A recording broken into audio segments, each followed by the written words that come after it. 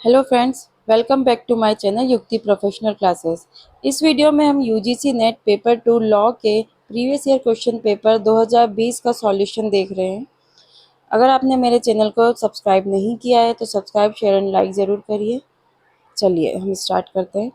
प्रगतिशील समाज का आंदोलन अब तक परिस्थिति से संविदा का आंदोलन रहा है। यह किनके द्वारा कहा गया है? सेवनी, पुस्टे, मैन, बर्ग। Right option is option third, Maine. Next है, गैर सकारात्मक विधिक सिद्धांतवादियों में कौन सा कथन विधि और नैतिकता के मध्य संबंध को दर्शाता है? पहला, विधि हमेशा नैतिक विचारों का अग्रभागी होता है। दूसरा, सामान्यतः नैतिकता विधि का अग्रगामी होता है। तीसरा, विधि अन्य रूप से नैतिकता से संबंध होता है। चौथा, विधि और नैतिकता के मध्य कोई संबंध नहीं है। ऑप्शन सामान्यतः नैतिकता विधि का अग्रगामी होता है। Right answer option second is correct. Next है, एकल निगम का मुख्य उद्देश्य है संपत्ति का उत्तराधिकार सुगमता से प्राप्त करना। दूसरा, संपत्ति का सुगम हस्तांतरण। तीसरा, एक पद को जारी रखना। और चौथा, राज्य की संपत्ति का संरक्षण। ऑप्शन थर्ड, एक पद को जारी रखना इज करेक्ट है। नेक्स्ट है, विधि के साथ न्यायशास्त्र का वास्तविक संबंध इस बात पर निर्भर नहीं है कि विधि को क्या माना जाता है, बल्कि इस बात पर निर्भर है कि विधि को किस तरह माना जाता है। यह स्टेटमेंट किसने कहा है? तो ये ग्रे, ऑप्शन सेकंड, ग्रे ने कहा है। नेक्स्ट है, किस मुकदमे में उच्चतम न्यायालय ने निर्णय दिया कि प्रस्तावना संविधान का भाग है? फर्स्ट है re Berubari union and exchange of enclaves. Second, Minerva Mills बनाम भारत संघ। तीसरा, केशवानंद भारती बनाम केरल राज्य। चौथा, एस आर बोम्मई बनाम भारत संघ। Right option is Keshavananda Bharati बनाम केरल राज्य। नेक्स्ट है, भारतीय संविधान के अनुच्छेद 14 के अंतर्गत विधियों के समान संरक्षण को निम्नलिखित में से लिया गया है? अमेरिका का संविधान, इंग्लैंड का संविधान, ऑस्ट्रेलिया का संविधान और कनाडा का। तो right option is option first, America का संविधान। नेक्स्ट है,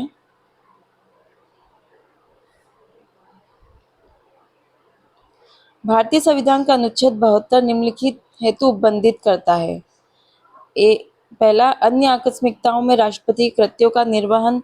दूसरा, क्षमा आदि की और कुछ मामलों में दंडादेश के निलंबन, परिहार या लघुकरण की राष्ट्रपति की शक्ति।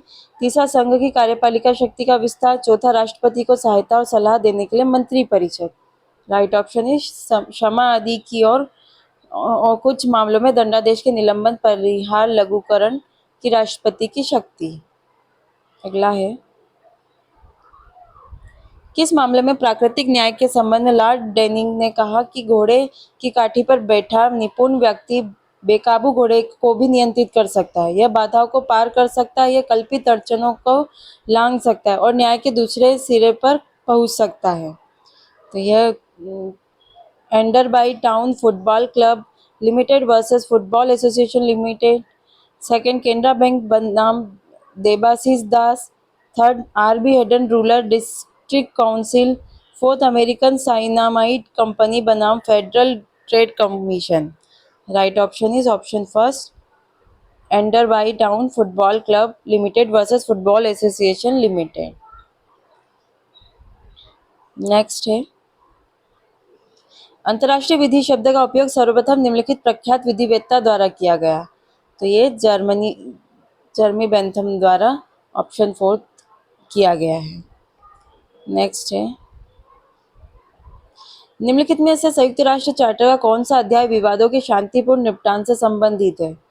तो ये चैप्टर 6 है। Option first is correct. Next है, यह नियम की मान्यता प्राप्त प्राधिकरण के आंतरिक कार्यों को लागू करने के उद्देश्य में वस्तुतः तथा विधितः मान्यता में कोई अंतर नहीं है को निम्न में से किस मामले में नहीं अपनाया गया? तो ये bank of China versus Wells Fargo bank and India union trust company, इस मामले में ये नहीं अपनाया गया था। नेक्स्ट है, अंतर्राष्ट्रीय न्यायालय के कानून के निम्नलिखित में से कौन सा उपबंध सभ्य राज्यों द्वारा मान्य विधि के सामान्य सिद्धांत की अंतर्राष्ट्रीय विधि के तीसरे स्रोत के रूप में सूचीबद्ध करता है? इसमें अनुच्छेद 38 का पैरा संख्या first clause C. Option second is right. Next है, न्यायालय का ए अधिकारी न्यायालय द्वारा वाय को गिरफ्तार करने का आदेश मिलने पर और सम्यक जांच करने के पश्चात यह विश्वास करके कि जेड ही वाय है, जेड को गिरफ्तार कर लेता है। ए ने किस प्रकार का अपराध किया है? फर्स्ट, सदोष परिरोध का अपराध, सेकंड सदोष अवरोध का अपराध, थर्ड आपराधिक अत्याचार का अपराध, फोर्थ कोई अपराध नहीं।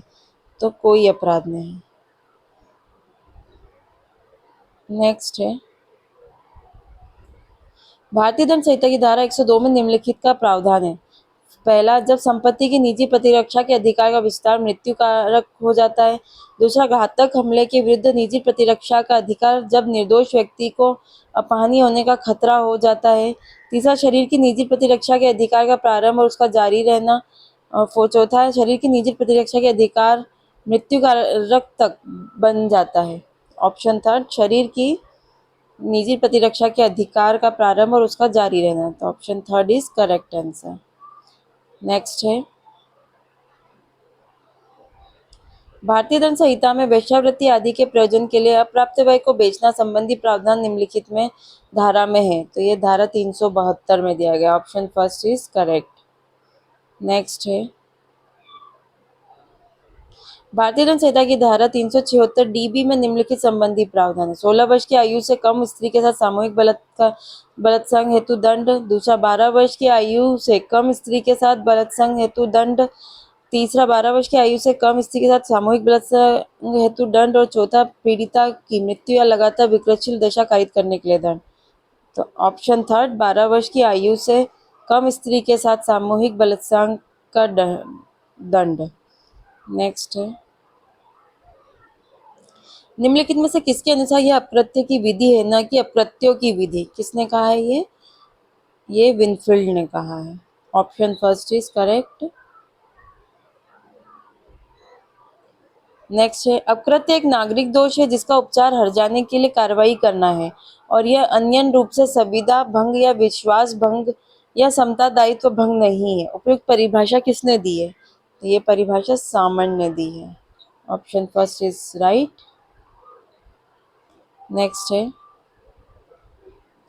जब अपनी कारों में विपरीत दिशाओं से आ रहे दो व्यक्ति एक दूसरे से टकराते हैं और इस प्रक्रिया में सड़क के किनारे खड़ा एक व्यक्ति घायल हो जाता है तो वे दोनों कार चालक है। फर्स्ट, स्वतंत्र अपकृत्यकर्ता व्यक्ति। दूसरा, योगदायी लापरवाही में भागीदारी। तीसरा, दो लापरवाह व्यक्ति। तीसरा, संयुक्त अपकृत्यकर्ता व्यक्ति। ऑप्शन फर्स्ट, स्वतंत्र अपकृत्यकर्ता व्यक्ति। नेक्स्ट है, सूत्र सेल्सोपुली सुप्रीम लेक्स का आशय है। जन कल्याण सर्वोच्च विधि है। बढ़ती जनसंख्या चिंता का सबसे बड़ा कारण है। कोई व्यक्ति विधि से ऊपर नहीं है। और चौथा, जनता सामूहिक रूप से जो कहे वही विधि है। जन कल्याण सर्वोच्च विधि है। जन कल्याण सर्वोच्च विधि है। नेक्स्ट है, भारतीय दंड संहिता द्वारा निश्चित कतिपय कृत्य कारित करने की धमकी देना ताकि किसी व्यक्ति को एक संविदा में शामिल होने के लिए उत्प्रेरित किया जा सके। यह संबंध है अनुचित दबाव, प्रपीड़न, आपराधिक अभित्राश और धमकी। राइट ऑप्शन इज प्रपीड़न। Option second is right. Next है, जिस व्यक्ति को कोई प्रस्ताव पेश किया गया उसे संबंधित व्यक्ति को जानकारी दिए बिना स्वीकार नहीं किया जा सकता। यह निर्णय निम्नलिखित में से किस मामले में निर्धारित हुआ? लालमन शुक्ला बनाम Gauri Datt, Balfour versus Balfour, McGregor versus McGregor, Carlill बनाम Carbolic smoke ball company. Right option is option first. Option first, Lalman Shukla बनाम गौरी दत्त। नेक्स्ट है, दो परिस्थितियों में संविदा विफल हो जाती है। पहला, जब संविदा वास्तविक रूप से असंभव हो और दूसरा तब जबकि उद्देश्य विफल हो जाए। यह निर्णय किस मामले में निर्धारित किया गया? फर्स्ट है Krell versus Henry, second Paradine versus Jane, third Taylor versus Caldwell, fourth Komal Rani versus Chandram. Right option is Krell versus Henry. Option first is right. Next है संविदा भंग के परिणाम स्वरूप जिस पक्ष को नुकसान होता है वह सामान्य तौर पर निम्नलिखित के लिए दावा कर सकता है. सामान्य क्षतिपूर्ति, विशेष क्षतिपूर्ति, अनुकरणीय क्षतिपूर्ति, दंडात्मक क्षतिपूर्ति. ऑप्शन फर्स्ट सामान्य क्षतिपूर्ति. नेक्स्ट निम्नलिखित में से कौन सा हिंदू विधि का प्राचीन स्रोत नहीं है? फर्स्ट स्मृति, पूर्व निर्णय, संचार, सार संग्रह और श्रुति. राइट ऑप्शन इज पूर्व निर्णय. नेक्स्ट निम्नलिखित में से कौन सी मिताक्षर सहादायिका की मुख्य विशेषता नहीं है? अबाधित विरासत, बाधित विरासत, अनुमेय और परिवर्तनशील हित, चौथा समुदाय का हित और स्वामित्व की एकता. राइट ऑप्शन इज बाधित विरासत. नेक्स्ट है सपिंड संबंध से संबंधित नियम निम्न सिद्धांत पर आधारित है. फर्स्ट है एंडोगेमी, सगोत्री विवाह, दूसरा बहुपति विवाह, तीसरा बहुपत्नी विवाह, चौथा एक्सोगेमी, बहिर्गोत्रीय विवाह. तो राइट ऑप्शन इज बहिर्गोत्रीय विवाह, एक्सोगेमी.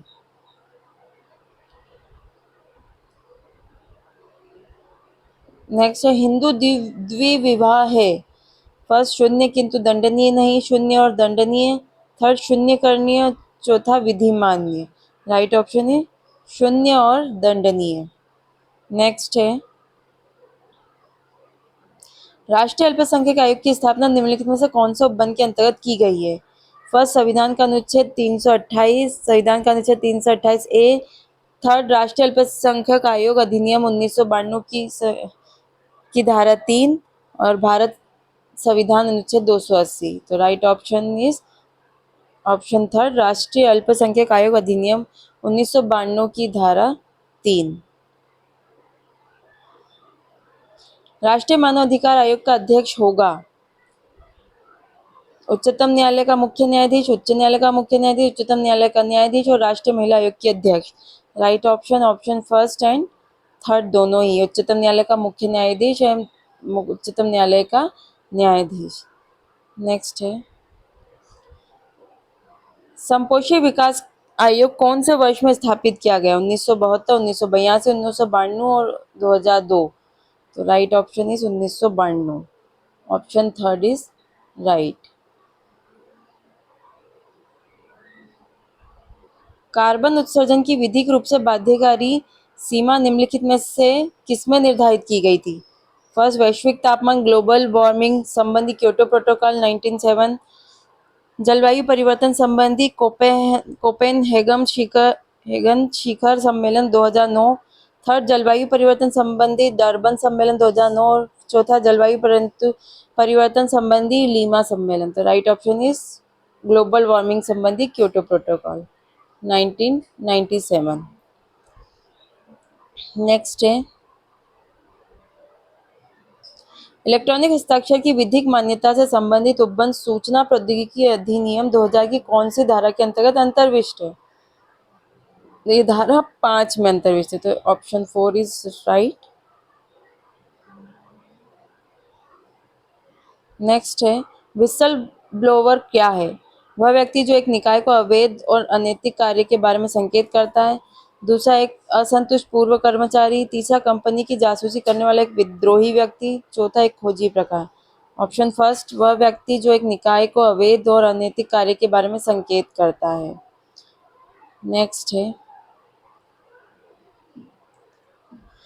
जब जैव संसाधनों का वाणिज्यिक उपयोग के लिए अभिगम किया जाता है या जैव सर्वेक्षण और जैव उपयोग के कारण वाणिज्यिक उपयोग होता है तब आवेदक के पास 0.1 से खालिस्तान तक लाभ शेयर के भुगतान का विकल्प होगा.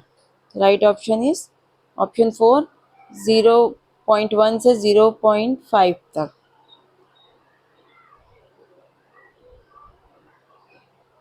सूचना प्रौद्योगिकी अधिनियम 2000 के कौन से संशोधन द्वारा तीसरी और चौथी अनुसूचियों का लोप किया गया है?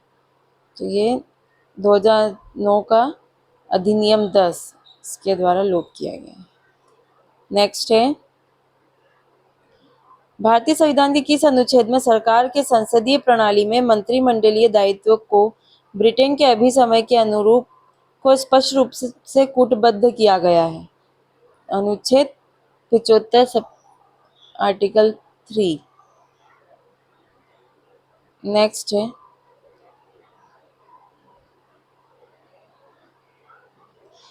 किस प्रक्रियात्मक संघ के लिए निम्नलिखित में से कौन अनिवार्य न्यूनतम आवश्यकता है? पहला, राष्ट्रीय विधायिका को उच्च सदन में राज्यों का प्रतिनिधित्व होना चाहिए। दूसरा, न्यायिक समीक्षा। तीसरा, दो सरकार समूहों राष्ट्रीय और राज्य के बीच विधायी और प्रशासनिक शक्तियों का बंटवारा ताकि संबंधित अधिकार क्षेत्र के भीतर सरकार की स्वतंत्रता सुनिश्चित हो सके। चौथा, दो सरकार समूहों राष्ट्रीय और राज्य के बीच विधायी और प्रशासनिक शक्तियों का बंटवारा ताकि संबंधित अधिकार क्षेत्रों के भीतर सरकार द्वारा स्वतंत्र किंतु समन्वित रूप से शक्ति प्रयोग सुनिश्चित किया जा सके। Right option is option third, दो सरकार समूह राष्ट्र और राज्य के बीच विधायी और प्रशासनिक शक्तियों का बंटवारा ताकि संबंधित अधिकार क्षेत्र के भीतर सरकार की स्वतंत्रता सुनिश्चित हो सके। निम्नलिखित में से किस मामले में माननीय उच्चतम न्यायालय ने यह माना कि अनुच्छेद 72 के अंतर्गत राष्ट्रपति और अनुच्छेद 161 के अंतर्गत राज्यपाल की क्षमा संबंधी शक्तियां न्यायिक समीक्षा के अधीन है? तो ये ई पुरु सुधाकर वर्सेस आंध्र प्रदेश राज्य के केस में ऑप्शन थर्ड में डिसाइड किया गया था। नेक्स्ट है, अंतर्राष्ट्रीय करारों को लागू करने के लिए विधायन का प्रावधान भारत के संविधान के निम्नलिखित अनुच्छेद में दिया गया है? तो ये अनुच्छेद 253 में, आर्टिकल 253 में दिया गया है। नेक्स्ट है, निम्नलिखित कर्तव्यों में से किन किन कर्तव्यों को ऑस्टिन द्वारा परम कर्तव्य की श्रेणी में शामिल किया गया है? ए, व्यक्तियों को अनिश्चित काल के लिए दिया गया कर्तव्य। बी, स्वयं संबंधी कर्तव्य। तीसरा, संप्रभु के प्रति कर्तव्य। और चौथा, माता पिता के प्रति कर्तव्य। तो ऑप्शन इज, व्यक्तियों को अनिश्चित काल के लिए दिया गया कर्तव्य, स्वयं संबंधी कर्तव्य, संप्रभु के प्रति कर्तव्य। Option first is right. Next है, निम्नलिखित कौन कौन सी शर्तें किसी रूढ़ि के वैध होने के लिए आवश्यक है? किसी रूढ़ि के लिए पर्याप्त पौराणिकता होनी चाहिए। बी, उक्त रूढ़ि को अधिकार के जैसा माना जाता है। सी, किसी रूढ़ि का उसी क्षेत्र में अपनाए जाने वाले अन्य रूढ़ियों के अनुरूप होना आवश्यक नहीं है। डी, किसी रूढ़ि को निश्चित और संक्षिप्त होना चाहिए। राइट ऑप्शन इज ए, किसी रूढ़ि को पर्याप्त पौराणिकता होनी चाहिए, उक्त रूढ़ि को अधिकार के जैसा माना जाना चाहिए। एंड थर्ड है, किसी रूढ़ि को निश्चित और संक्षिप्त होना चाहिए। तो option third is correct. Next है, निम्नलिखित में से कौन उपचारात्मक दायित्व के सिद्धांत के विशिष्ट प्रवर्तन नियम का अपवाद है? ए, अपूर्ण कर्तव्य। बी, विशेष कार्य निष्पादन के लिए असंभव कर्तव्य। सी, ऐसे कर्तव्य जिन्हें विशेष तौर पर करना असमीचीन है। राइट ऑप्शन, अपूर्ण कर्तव्य, विशेष कार्य निष्पादन के लिए असंभव कर्तव्य और ऐसे कर्तव्य जिन्हें विशेष तौर पर करना असमीचीन है। तो ऑप्शन 4 इज करेक्ट। नेक्स्ट है,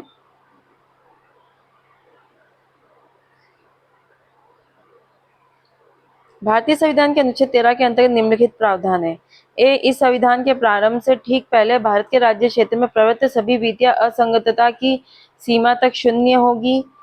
बी, प्रवृत्त विधि के अंतर्गत भारत के राज्य क्षेत्र में किसी विधानमंडल या अन्य सक्षम प्राधिकारी द्वारा इस संविधान के प्रारंभ से पहले पारित या बनाई गई विधि है जो पहले ही निरसित नहीं कर दी गई है। और सी, राज्य कोई ऐसी विधि नहीं बनाएगा जो भाग 3 में प्रदत्त अधिकारों को छीनती है या न्यून करती है और इसके उल्लंघन में बनाई पर प्रत्येक विधि शून्य होगी। डी, विधि के अंतर्गत कोई अध्यादेश या आदेश, उपविधि, नियम, विनियम, अधिसूचना, रूढ़ि या प्रथा शामिल नहीं है। और ई, अनुच्छेद 13 अनुच्छेद 368 के अंतर्गत संविधान के किसी संशोधन पर लागू होगा। तो right option A, B, C, A, B and C. Option 4 is correct.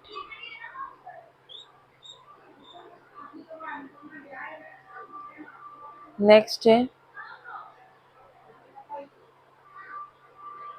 Bharat के संविधान के अनुच्छेद 30 के अंतर्गत निम्नानुसार अल्पसंख्यक अधिकारों की गारंटी दी गई है।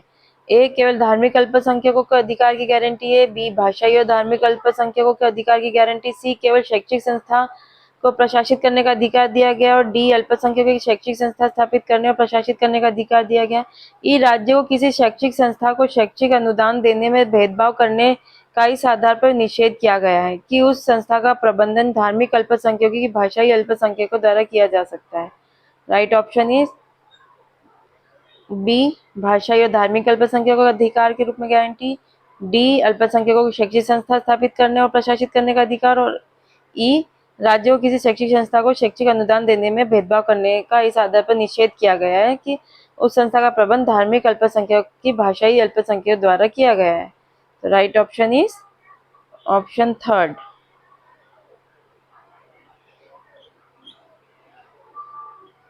नेक्स्ट क्वेश्चन है,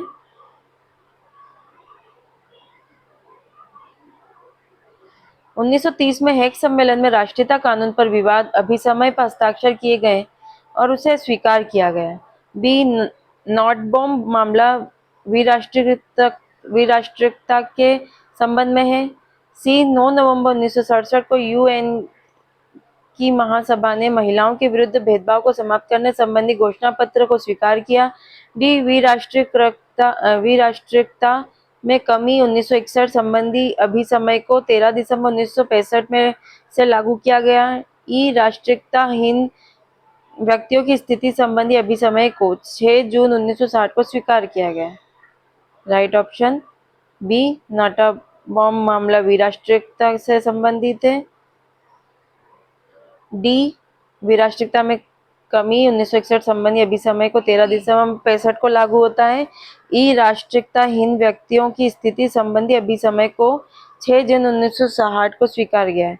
right option is option second. Next है,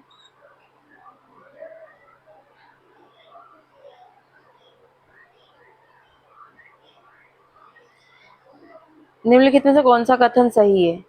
ए, डंकेल ड्राफ्ट टैक्स या डंकेल पैकेज या द डंकेल ड्राफ्ट एक्ट, जिसमें बहुआयामी व्यापार वार्ताओं के उरुग्वे सम्मेलन के निर्णय अंतर्विष्ट है, जो को 20 दिसंबर 1995 को जारी किया गया। बी, 1 जनवरी 1995 से प्रभावी नए विश्व व्यापार संगठन WTO ने general agreement on tariff and trade GATT को प्रतिस्थापित किया।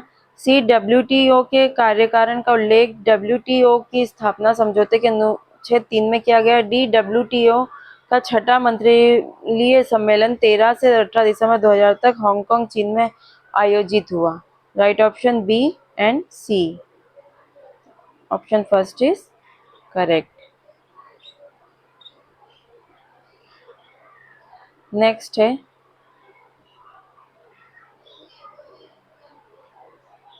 लोक प्रशांति के विरुद्ध अपराधों के विषय के संबंध में उपबंध निम्नलिखित है।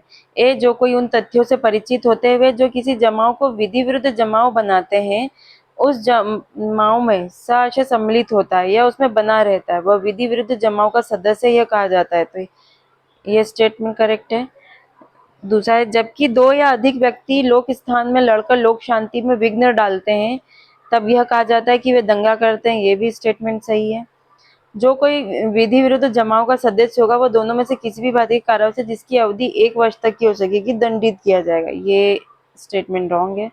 जो कोई दंगा करेगा, वह दोनों में से किसी भी बात की कार्रवाई से जिसकी अवधि 1 मास तक हो सकेगी या जुर्माने से, या जो 100 रुपए तक हो सकेगा, दोनों से दंडित किया जाएगा। तो ये स्टेटमेंट भी करेक्ट है। नेक्स्ट है ई, जो कोई बलवा करने का दोषी होगा, मात्र जुर्माने का दंडित किया जाएगा। तो ये स्टेटमेंट भी रॉन्ग है। Correct option is option third.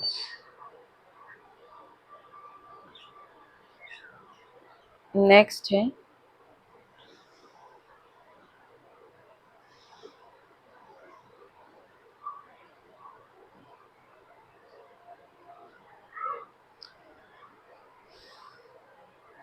ए, जो कोई उद्यापन करेगा वो दोनों में से किसी भी भारतीय कारावास से जिसकी अवधि 3 वर्ष तक की हो सकेगी या जुर्माने से या दोनों से दंडित किया जाएगा। तो ये स्टेटमेंट करेक्ट है।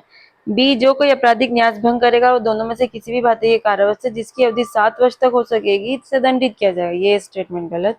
जो कोई बेईमानी से किसी जंगम संपत्ति का दुर्विनियोग करेगा या उसको अपने उपयोग के लिए संपरिवर्तित कर लेगा वो दोनों में से किसी भी भारतीय कारावास से जिसकी अवधि 2 वर्ष तक हो सकेगी या जुर्माने से या दोनों से दंडित होगा। तो ये स्टेटमेंट राइट है। जो कोई डकैती करने के लिए तैयारी करेगा वो मात्र जुर्माने से दंडित होगा। तो ये रॉन्ग। यदि लूट या डकैती करने का प्रयत्न करते समय अपराधी किसी घातक आयुध से सज्जित होगा तो उसे 2 वर्ष के कारावास से दंडित किया जाएगा। तो स्टेटमेंट भी रॉन्ग है। तो right option A and C, option 4। Next है भारतीय दंड संहिता की धारा 361 के अंतर्गत विधिपूर्ण संरक्षता से व्यापरण है। ए, जब कोई किसी अप्राप्त व्यय को संरक्षक की सम्मति के बिना ले जाता है या बहका ले जाता है। बी, जो कोई किसी विकृत व्यक्ति की विधिपूर्ण संरक्षक की सम्मति के बिना उसकी संरक्षता में से ले जाता है या बहका ले जाता है। ये स्टेटमेंट सही है। जब कोई किसी अप्राप्त व्यय को, यदि वह नर हो तो 16 वर्ष से कम आयु वाले को या यदि वह नारी हो तो 18 वर्ष से कम आयु वाली को विधिपूर्ण संरक्षक की सम्मति के बिना उसकी संरक्षता से ले जाता है या बहका ले जाता है। तो ये स्टेटमेंट राइट है। फर्स्ट इज रॉन्ग है। तो ऑप्शन 4 इज करेक्ट। आज के लिए इतना ही। मिलते हैं हम नेक्स्ट वीडियो में। Thank you.